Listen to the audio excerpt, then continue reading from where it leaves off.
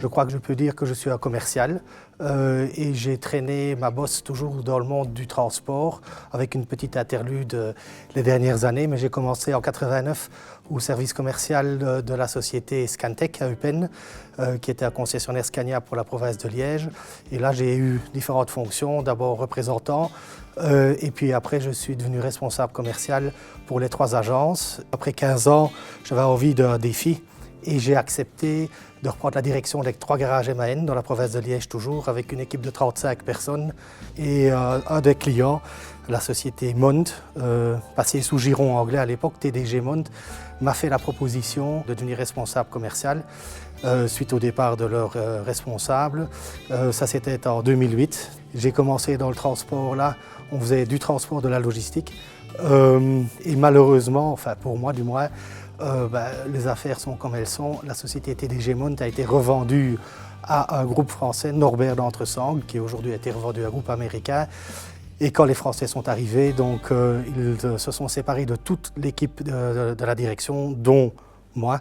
Et j'ai dû changer de secteur d'activité et je suis parti dans la construction métallique. Jusqu'en décembre 2015, M. Vincent Gotha, qui était un ancien client, m'a contacté pour voir si je ne voulais pas rejoindre le groupe Georges Gotha et plus spécifiquement la branche transport, donc TLV, comme adjoint à la direction et comme responsable commercial. Sur conseil de M. Vincent Gotha, j'ai accompagné des conducteurs, des chauffeurs dans leur travail, dans différentes tournées.